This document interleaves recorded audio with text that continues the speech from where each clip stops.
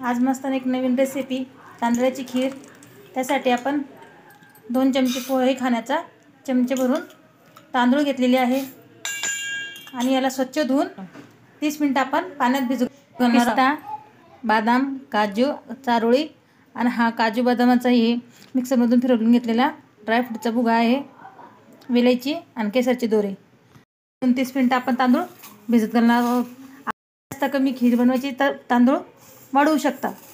1 litre दूध घेणार आहे मी। 1 लिटर दूध खिरीसाठी आधी तापायला ठेवले।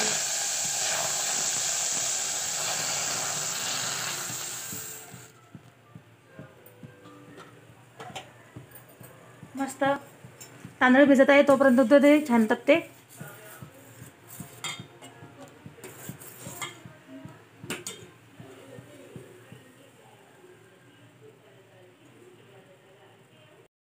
तांदूळ पण छानपैकी भिजलेले बघू शकता, एकदम चुरा होत आहे।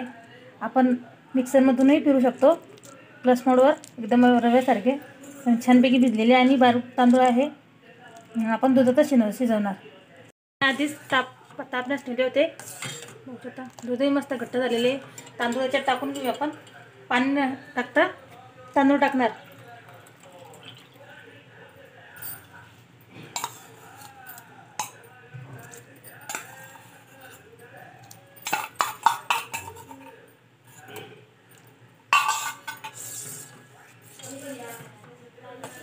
आपल्याला कधी घट्टसर खीर वाटली तर अजून तांदूळ वाढवू शकतो त्याच्यात।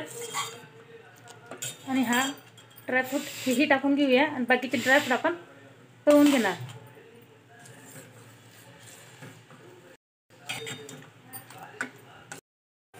छानपैकी आपण हे चमच्याने ढवळत राहणार आहे दुधाला, कारण की जोपर्यंत तांदूळ शिजणार नाही तोपर्यंत दूध आटू देणार आहे। बघू शकता अर्धवट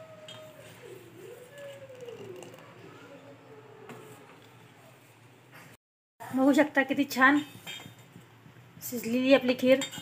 याला 25 मिनिटे लागलेली आहे। आपण असं न शिजवता मिक्सरमधून फिरवून घेतलेले तांदूळ लवकर शिजतात। दूधही अर्धवट झालेले। आता ड्रायफ्रूट वगैरे तळून घेऊया। 1 चमचा तूप, काजू हलकेसे तळणार फक्त।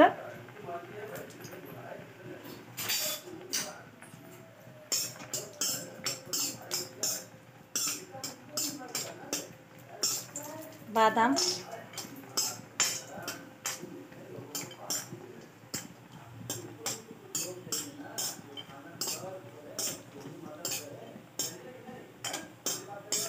टाकून घेऊया आणि हे 1 चमचा तूपही टाकून घेऊया।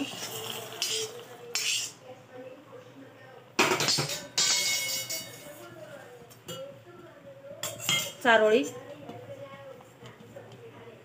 वेलायची, केसरचे दोरे,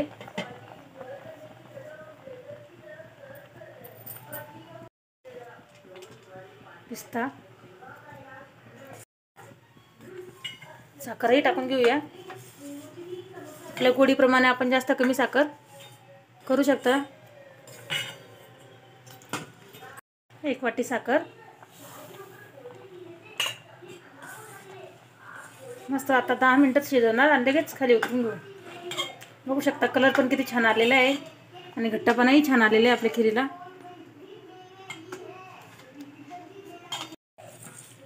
बघू शकता किती छान कलर आणि घट्टपणाही खूप छान आलेला आहे।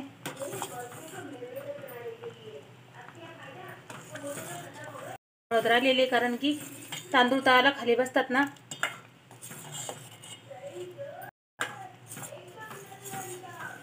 रेसिपी कधी आवडली लाईक, कमेंट आणि शेअर, सबस्क्राईब